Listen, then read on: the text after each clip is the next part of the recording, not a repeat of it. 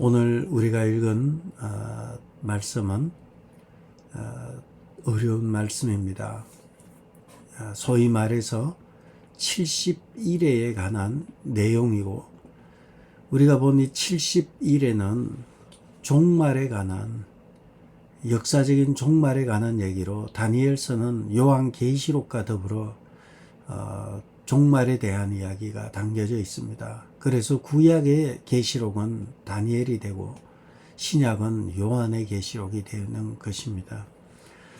우리가 다니엘을 보면 네 가지, 꼭 네 가지는 제가 보면서 함께 생각하고 정한 것입니다.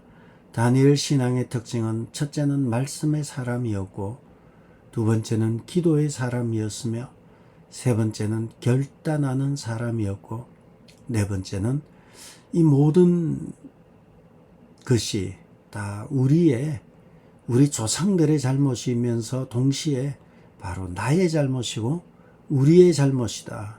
책임의 소재를 남 탓하지 아니하고 내 잘못이다. 이렇게 말했던, 이렇게 살아갔던 사람이 다니엘입니다. 그가 어떤 상황 가운데서도 아무리 바빠도, 그가 바벨론에서 페르시아로 제국이 전환되는 그 바쁜 가운데서도 기도 생활을 잊지 않았던 사람이 다니엘입니다. 다니엘에게 왜 그렇게 기도하였습니까? 라고 인터뷰를 한다면 그는 아마도 바빠서 기도한다, 이렇게 말했을 것 같아요. 내가 기도하는 이유는 내가 처리해야 될 일들이 너무 많아서 내가 이 일을 처리를 다 못할 것 같아서 하나님께 은혜를 구하기 위해서 기도한다. 아마 그랬을 거라 생각합니다. 이처럼 다니엘은 말씀과 기도와 그리고 결단과 회개의 삶을 산 사람이 다니엘입니다. 특별히 오늘 우리가 18절, 19절에 보시면 다니엘이 하나님 앞에 얼마나 간절하게 기도하는지 나와요. 그가 기도한 이유는 우리가 이미 보았어요. 다니엘이 기도한 이유는 9장 2절과 3절에서 여호와께서 말씀으로 선지자 예레미야에게 알려주신 그 연수를 깨달았는데, 그 연수는 예루살렘의 황폐함이 70년 만에 그치리라 하신 것이다. 그래서 70년이 지나면 돌아간다는 거예요. 이것을 다니엘은 알고 있었고, 그래서 그는 하나님 앞에 금식하며 베옷을 입고 죄를 덮어쓰고 주 하나님께 기도하며 간구하기를 작정하고 결심하였던 것입니다. 다니엘은 돌아가는 기쁨만 좋아서 들떠서, 신앙이 들뜨면 안 돼요. 믿음이 좋아 보이지만 들뜨면 저 집사님 참 대단하시다, 어떻게 저렇게 기뻐하실까 하지만 들뜬 것 가지고는 안 돼요.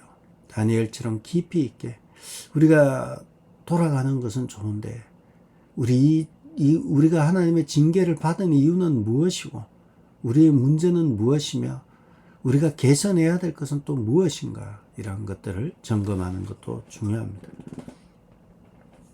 다니엘은 이런 문제로 예레미야의 예언을 보면서 돌아갈 때가 가까웠구나 생각을 하고 하나님 앞에 기도하였던 것입니다. 그렇게 기도를 하는데 어떻게 기도했는지 다시 한번 18절에 보시면, 나의 하나님이여 귀를 기울여 들으시옵소서.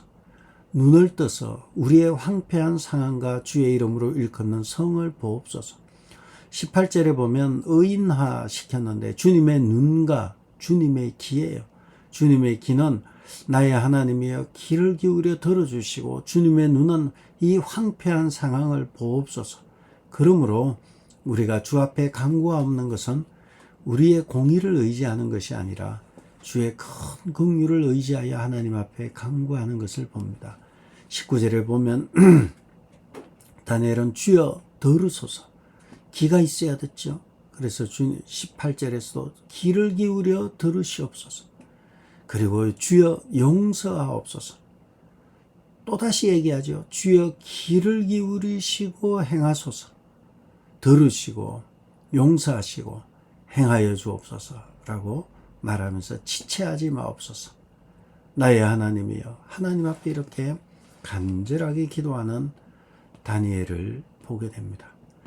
여러분, 간절하게 기도하는 사람을 당할 재간이 없어요. 그러자 천사 가브리엘이 찾아옵니다. 21절에 내가 기도할 때에 이전에 환상 중에 본 그 사람 가브리엘이 빨리 날아서 저녁 제사 드릴 때쯤에 내게 이르렀더니, 천사 가브리엘이 언제 나왔다고 기록하고 있습니까? 21절에 보면 내가 기도할 때에, 내가 하나님 앞에 기도할 때에, 그땐 이 기도는 그냥 대충 하는 기도가 아니에요. 주의 귀를 기울여 들으시고 용서하시고 그리고 행하여 주시고 지체하지 마옵소서. 하나님만이 나의 주시며 나의 하나님이십니다. 이렇게 이와 같이 간절하게 하나님 앞에 기도할 때에 하나님께서 천사 가브리엘이 찾아온 것입니다. 여러분,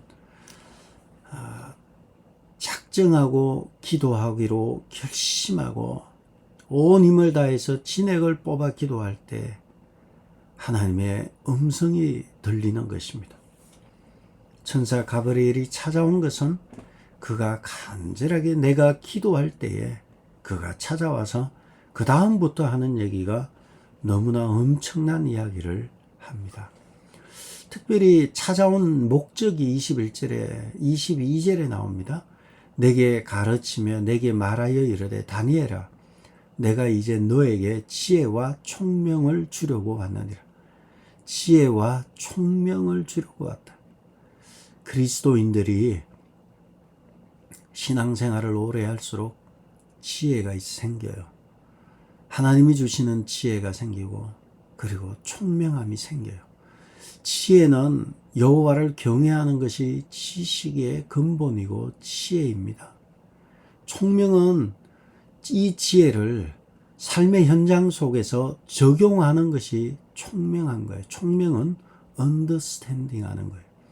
상황을 잘 지혜롭게 총명하게 주님이 주신 지혜를 가지고 여호와를 경외함으로 현장 속에서 잘 적용하는 이 총명함이 임하는 것입니다. 무식하고 많이 배우고 그리고 공부를 많이 한다고 해서 지혜와 총명이 있는 게 아니에요. 시골에서 농사 짓는 별로 배우지 못한 분에게도 이 지혜와 총명이 있고요. 많이 배워도 아주 또라이가 있는 거예요. 여러분, 기도할 때에 주님께서 지혜와 총명을 주려고 왔다. 간절히 다니엘이 기도할 때, 그리고요. 그 다음에 23절에 보면 또 큰 이야기가 나옵니다. 내가 기도를 시작할 즈음에 명령이 내렸으므로 이제 내게 알리러 왔다. 내가 너에게 지혜와 총명을 주려고 왔다. 두 번째요. 너는 크게 은총을 입은 자라. 크게 은총을 입은 자이기 때문에 내가 앞으로 되어질 일을 알려주겠다는 거예요. 그 이야기가 24절에서 27절의 이야기. 이거 굉장히 좀 어떻게 보면 어려운 이야기예요. 70일에 대한 이야기예요. 70일에가 이 다니엘서의 이 종말에 있어서 우리에게 요한계시록과 접목되고 마태복음과 접목되고 또 이 70일에와 관련하여서 느헤미야와 이러한 여러 성경들과 관련되는 것이 24절에서 27절에 있는 이러한 70일에 관한 것입니다. 그렇다면 70일에다 이렇게 놓고 보면 우리가 정리를 해야 돼요. 첫째, 한 일에는 7을 말합니다. 한 일에는 7을 말하고요. 그러면 7일에는 얼마를 말할까요? 1회가 7이에요. 그러면 7일에는 49년을 이야기하고요. 1일에는 7년, 2일에는 27이 14, 1에는 7로 보면 돼요. 27이 14, 14를 말하고요. 오늘 우리가 보면 62일에가 나와요. 62일에는 62 곱하기 1에 7을 더 곱하는 거예요. 그러면 434라는 숫자가 나옵니다. 그리고 다시 말씀드리지만 7일에는 77이 49, 1에는 7로 보면 돼요. 49를 말해요. 다시 한번 말씀드리는데 한 일에는 7년을 말합니다.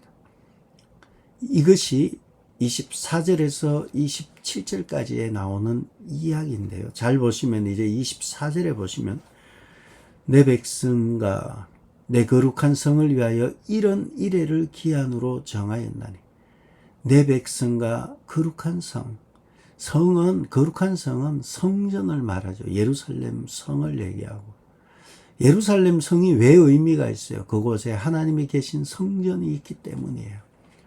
내 백성과 거룩한 성을 위하여 이런 일에, 그러니까 7 곱하기 1에 70, 이런 1이 70이잖아요. 70 곱하기 1에 7하면 490을 말하는 것입니다. 자, 이제 종말에 대한 이야기를 이렇게 시작을 합니다. 이런 이래를 기한으로 정하였나니 허물이 걷히며 죄가 끝나며 죄악이 용서되며 영원한 의가 드러나며 환상과 예언이 응하며 또 지극히 거룩한 이가 기름 부음을 받으리라. 이런 이래를 490년을 이야기합니다. 계속해서 25절에 보면 그러므로 너는 깨달아 알지니라. 예루살렘을 중건하라는 영이 날 때부터 기름 부음을 받은 자 곧 왕이 일어나기까지 7일에와 62일에가 지날 것이요 그 곤란한 동안에 성이 중건되어 광장과 거리가 세워질 것이며, 여기서 보시면 예루살렘을 중건하라는 영이 날 때부터 기름 부음을 받은 자 곧 왕이 일어나기까지, 기름 부음을 받은 자는 메시아를 말하죠. 메시아가 기름 부음을 받았다는 거죠. 그러므로 예루살렘을 중건하라는 영이 명령에서부터 기름 부음을 받은 자 메시아가 날 때까지 7일에와 62일에가 지날 것이다. 합치면 69일에가 돼요. 69일에가 지날 것이며 그 곤란한 동안에 성이 중건되어 궁전과 광장과 거리에 세워질 것이다. 합치면은 7일에와 62일에를 합치면요 483년이 돼요. 483년이 지난 이후에 기름 부음은 받은 자가 온다, 이런 말씀입니다. 이것이 왜 중요한가 하면 예루살렘을 중건하라는 명령을 받았던 사람이 느헤미야예요. 느헤미야 2장에 보면 예루살렘을 중건하라는 명을 받게 되는데 그때가 얼추 444년 BC 444년으로 봅니다. 그렇게 놓고 보면 62일에와 7일에가 지난 이후에 메시아가 왔다는 것을 이렇게 말하고 있다는 것입니다. 예루살렘을 중건하라는 이 이야기는 느헤미야의 이야기를 하지 않을 수가 없는데요. 좀 어려운 얘기 같지만 이 자체가 살짝 좀 어려워요. 느헤미야는 왕의 페르시아 제국의 왕의 포도주를 맡은 그러한 고위 관리였어요. 왕이 먹는 포도주만 아니죠. 왕이 먹는 음식과 음료는 중요합니다. 매일 먹는데 거기다가 약을 조금씩 타서 이 미치게 만든다거나 정신을 혼미케 만들면 안 돼요. 그래서 척건 중에 척건을 음식을 맡아서 또는 이러한 중요한 수행원이라 그러죠. 요즘으로 말하면 수행원을 두고 다니는 거예요. 이 수행원은 모든 사생활까지도 다 하는 거예요. 깊은 것까지 다 하는 거예요. 그래서 고위공직자를 이렇게 잡으려면 그 수행원을 잡아보면 알아요. 어디로 다니는지 뭐라고 다니는지 다 알잖아요. 이 아닥사스다 왕 제20년 니산월에 아닥사스다 왕의 그 술 맡은 관원장으로서 느헤미야는 굉장히 고위직이었죠. 그런데 그가 어느 날 왕 앞에 갔는데 수심이 한 번도 없었는데 어느 날 수심이 가득한 거예요. 문제는 고대 시대의 왕 앞에서 얼굴에 수심이 있는 것은 죽음을 감당해야 하는 불경죄였습니다. 왕은 왕에게 어찌 감히 슬픈 표정을 하고 돌아다니고 분위기를 싸하게 돌아다니고 참 버릇이 없다 해서 그건 죽이는 거예요. 왕의 권위가 대단했던 시대였습니다.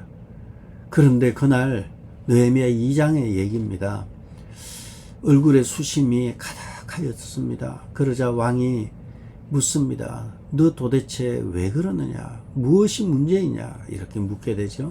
그러자 느헤미야 2장 3절에서 말하기를 내 조상들의 묘실에 있는 성읍이 이제까지 황폐하고 성문이 불탔사오니 내가 어찌 얼굴에 수심이 없사오리까?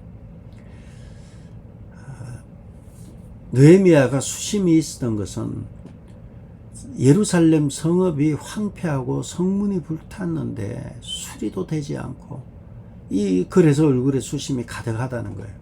그러자 왕이 묻습니다. 내가 무엇을 하여 주기를 원하냐? 느헤미야에게 물었고 느헤미야는 말하기를 나를 유다 땅 나의 조상들의 묘실이 있는 성읍에 보내어 그 성을 건축하게 하옵소서. 나를 보내주셔서 예루살렘 성을 건축하게 해주세요. 아직도 예루살렘이 저렇게 짐승들이 돌아다니고 파리떼가 득실거리고 이렇게 저렇게 황폐하였는데 어떻게 내가 여기서 있겠습니까? 이렇게 얘기를 하니까 돌아가라고 하는 거죠. 그래서 느헤미야가 2차 포로 3차 포로를 끌고 귀국하게 되는 이러한 일을 맡게 되는 것이죠. 이런 것을 보면 정말 성경에 나타난 지도자들은 사람들의 눈으로 보면 미쳤다 이런 생각이 들 정도로 페르시아 제국 대제국에서 수도에서 미국에서 편안하게 살면 되지 나라 찌들게 가난하고 어렵고 피폐하고 황폐한 나라로 돌아가서 성을 건축한다는 거예요. 이 모든 것의 핵심은 하나님의 성전이 있는 성이에요. 신앙이 우선이 되는 것이죠. 하나님과 하나님의 백성과 하나님의 성전이 있는 그곳이 내가 잘 먹고 잘 사는 것보다 우선이 된 것이 느헤미야였어요. 나를 돌려보내달라고 요청을 하게 되고 돌아가라고 얘기한 것입니다. 이때에 마침 2장 6절에 보면 느헤미야 2장 6절에 그때에 황후도 왕 곁에 앉아 있었더라. 황후까지 거기 있었기 때문에 또 이 부인이 옆에서 또 거들었나 봐요. 거들었다는 얘기는 없어요. 그러나 부인이 옆에서 거들면 또 하는 거예요. 그래서 황후도 왕 옆에 앉아 있었고 왕이 나를 보내기를 좋게 여기기로 내가 기한을 정하고 예루살렘으로 가서 미친 듯이 성을 건축하는 거예요. 예루살렘 사람들은 성 건축하고 성전 건축하는데 진행이 안 되는 거예요. 그러자 학개도 뛰어들고 말라기 선지자도 뛰어들고 에스라 학사도 뛰어들고 스가랴 선지자도 뛰어들고 다 뛰어들어서 건축하자 하는데 백성들은 옴짝달싹 안 하고 하다가 에이 이거 안 되네 이거 뭐 한두 해가 많이 되지 이거 안 되네 막 안 된다는 거예요.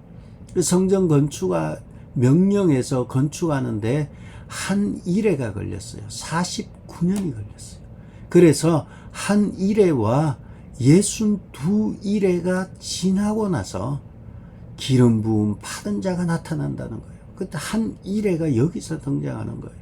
성전 재건을 명령한 것에서 성전 재건이 완공되기까지 한 일회가 지났고, 그 이후에 62일에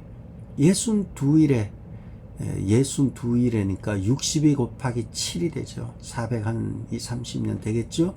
그렇게 지난 이후에 기름 부음 받은 자가 나온다는 거예요. 그래서 오늘 우리가 읽은 이 말씀에 보면 24절인가요? 25절에 보면 너는 깨달아 알지니라. 예루살렘을 중건하라는 영이 날 때부터 아닥사스다 왕 때를 말합니다. 기름 부음을 받은 자 메시아가 곧 왕이 일어나기까지 7일에는 성전 재건 명령부터 완공까지고요.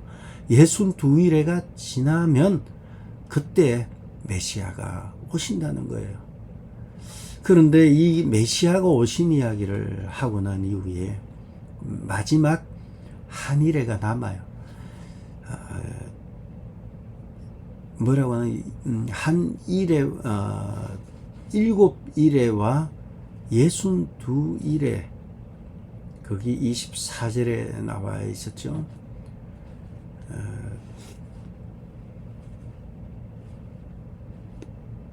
25절에 있죠. 7일회와 62일회를 빼고 나면요, 합치면 7 플러스 62하면 69일회가 돼요. 그리고 나면 71회에서 71회에서 한 일회가 남아요. 이 한 일회는 몇 년이라 말했나요? 1회는 7이에요. 7을 말해요. 7년을 말합니다.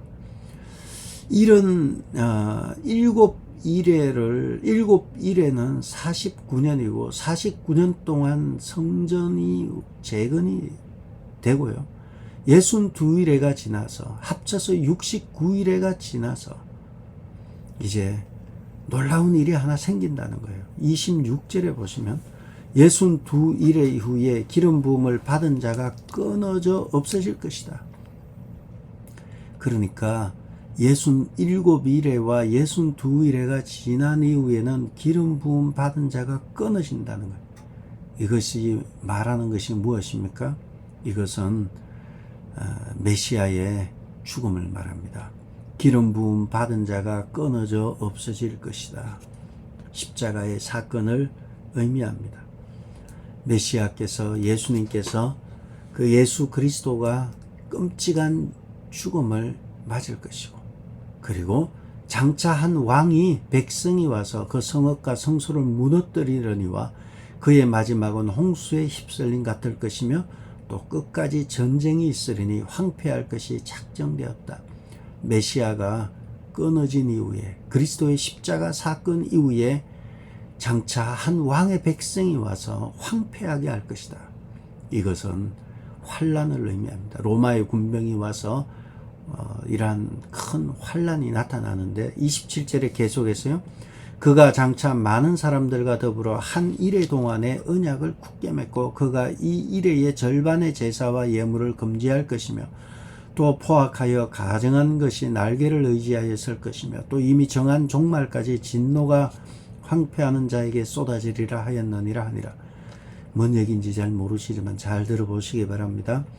62일의 후에 기름 부음 받은 자가 끊어져 없어진다. 그리스도의 십자가 사건으로 예수 그리스도의 죽음을 맞을 것이고 그 이후에 장차 한 백성이 나타나서요. 그리고 전쟁이 있고 황폐하게 되는데 그가 27절에 한 일회 동안에 이 황폐케 한다는 거죠. 포악하여 가증한 것이 날개를 의지하여 설 것이다. 한 일회는 7년이죠. 그래서 이것을 7년 대환란을 의미하는 거예요. 이런 일회의 마지막 한 일회는 7년 대환란을 얘기하고 이것은 다니엘서와 요한계시록에 예언된 세상의 종말에 작정된 7년 동안 일어난 그러한 고난의 시기를 이 한 일회로 보는 거예요. 그러므로 이 한 일회에 대해서 마태복음에서는 여기에 보면 포악하여 가증한 것이 날개를 의지하여 설 것이다. 이것은 독수리를 말하는 것이죠. 독수리는 로마의 상징, 로마의 군장이 되고 이 독수리를 의지하여 설 것이다. 해서 거기 보면 성전에, 이것이 마태복음에 보면 이런 말이 있어요. 너희가 선지자 다니엘이 말한 바 멸망에 가증한 것이 우리가 보고 있는 포악하고 가증한 것이 거룩한 곳에 선 것을 보거든 그때의 유대에 있는 자들은 산으로 도망할지니라. 멸망에 가증한 것, 이 우상의 로마의 그 상징하는 이 독수리와 같은 더럽고 가증한 것들이 거룩한 곳에 성전에 있는 것을 보거든 너희들은 도망가라는 거예요. 산으로 도망가라는 거예요. 이것은 AD 70년경에 로마의 티투스 장군이 예루살렘을 점령하고 그 안에 유대인들이 제일 싫어하는 돼지의 피를 성전에 부음으로 인해서 성전을 조롱하고 하나님이 계신 성전을 모욕하고 회파하는 일이 일어났던 것이고, 이것이 7년 대환란이 마지막에 나타날 것을 말하는 거죠. 그리고 이 7년의 대환란이 얼마나 혹독한지 마태복음 24장에 보면 24장 16절에서 22절에 이런 말이 있어요. 그때에 큰 환란이 있겠습니다. 창세로부터 지금까지 이런 환란이 없었고 이후에도 없으리라. 그날을 감하지 아니하면 모든 육체가 구원을 얻지 못할 것이다. 그날을 감하지 아니하면 모든 육체가 구원을 얻지 못할 것이다. 그래서요, 구원을 그 날을 감해 주시겠다는 거예요. 인자가 올 때에 세상의 믿음을 보겠느냐는 것처럼 믿음이 희귀하여 질 정도로 그 날을 감하지 아니하면, 환난 가운데 오래 두면 믿음을 잃는다는 거예요. 그래서 감해 주시겠다는 거예요. 그 환난의 날을 감해 주시겠다는 거예요. 왜요? 택하신 자들을 위하여 그날을 감하시리라. 택하신 자들이 쓰러질까 봐 감해 준다는 거예요. 신앙생활을 한다고 하지만 욥과 같은 시련을 누가 견뎌내겠어요? 욥도 얼마나 힘이 들었으면, 욥이 힘든 가운데서도 하나님을 원망하지 아니하였다고 하지만, 하나님은 원망하지 아니하였을지 몰라도 나를 낳은 부모에 대해서는 왜 나를 낳았나, 이런 원망이, 부모에 대한, 하나님에 대해서는 막 참고 있지만 부모에 대해서 내가 태어난 날이 저주스럽다고 말할 정도로 고통스러운 거예요. 이 대환란의 날을 지나면요, 신앙을 지키기가 힘들어요. 저는 이 대환란의 날이 마치 로마의 장군이 전쟁을 통해서 예수 믿을래 안 믿을래 이런 차원이 아니라고 저는 믿어요. 저는 개인적으로 확신을 해요. 그럼 대환란이 무엇입니까? 우리가 살아가고 있는 것이 나는 이 대환란이라 생각을 해요. 목사와 장로와 권사로, 안수집사로, 고위 신앙생활에 있어서 본이 되어야 할 중직자들이지만 끝없는 환난과 환난 가운데 어려움이 지속되고 있고요. 자식은 끊임없이 속을 썩이고 있고, 경제적으로 삶이 피폐하고, 무엇을 먹을까 무엇을 입을까 염려와 근심과 걱정이 가득하고, 인생이 너무 외롭고 너무 슬퍼서 여기서 한 발만 더 나가면 어쩌면 신앙을 놓을 수도 있는 그런 단계에 갈 수도 있어요. 남 얘기가 아니에요. 오늘날 우리의 자녀들이 또한 어떻습니까? 이민교회가 어려워요. 참 어렵습니다. 2세가 어려워요. 교회를 떠나고 안 다니고, 우리의 미래가, 이민교회 미래가 보이지 않아요. 1세대로서 다 마무리하고 2세대는 여기저기 다 흩어지고, 이제 한국 교회도 미국 교회처럼, 한국 교회가 코로나 때 뉴저지만 100개, 뉴욕은 200개란 말이 있잖아요. 없어진 교회가. 뿐만 아니라 요즘도 보면요, 작은 교회들은 생계가 어려워요. 생존이 어려워요. 그러다 보니까 작은 교회들을 막 연합하고 통합하고 원칙도 없어요. 교단도 없어요. 장로교는 장로교끼리 뭐 이런 것도 없어요. 막 그냥 교단과 관계없이, 교단은 신학을 말하는데 신학과 관계없이 그냥 유지가 된다면 막 통합하고 엎치고 이런 분위기예요. 이것이 환란이라 시기라고 저는 봐요. 우리는 어떠한 환경 가운데서도 그날을 주님께서 택하신 자들을 위해서 감해 주신다. 지금의 상황이 이와 같이 어려운 큰 환란의 시기라고 저는 개인적으로 그렇게 봅니다. 그러나 주님은 택하신 자들을 위해서 끊임없이 일을 벌이시요.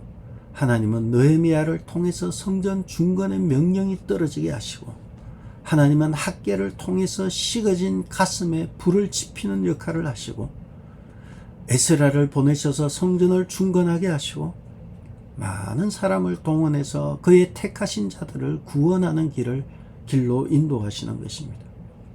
세상은 요동치고 난리가 나고 환란을 겪고 어려움을 있지만 이 모든 것에 택하신 자들을 위해서 그날을 감하실 분은 오직 우리 주 하나님이십니다.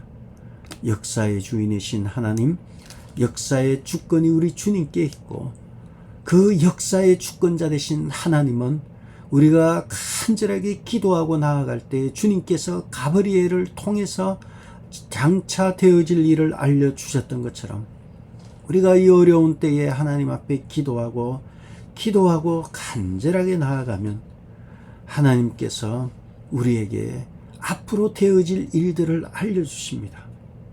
친구에게는 모든 것을 숨기지 않고 알려주시는 것처럼 간절하게 주님 앞에 긍휼을 구하며 나아가며 기도할 때 하나님께서 두려워 말고 놀라지 말라, 앞으로 되어질 일을 알려주시는 것입니다. 잠언 31장 30절에 고운 것도 거짓되고 아름다운 것도 헛되지만 모든 것은 갑니다. 한때예요, 한때. 아름다운 것도 10대, 20대 한때예요. 고운 것도 거짓되고 아름다운 것도 헛되지만 오직 여호와를 경외하는 것, 여호와를 경외하는 여자, 현숙한 여인에 관한 얘기가 되지만 여호와를 경외하는 자는 칭찬을 받을 것이다. 하나님 앞에서 어렵고 힘든 때를 대환란의 때라고 저는 생각을 하는데요. 우리가 지금 와서 뭐 총 들고 칼 들고 와서 예수 믿을래 안 믿을래 이런 차원이라면 어쩌면 쉬울 수 있어요. 그러나 영적으로 파고 들어오는 이 사단의 문화와 모든 걸 파고 들어오는 거 감당이 안 될 정도로 우리는 어려워요.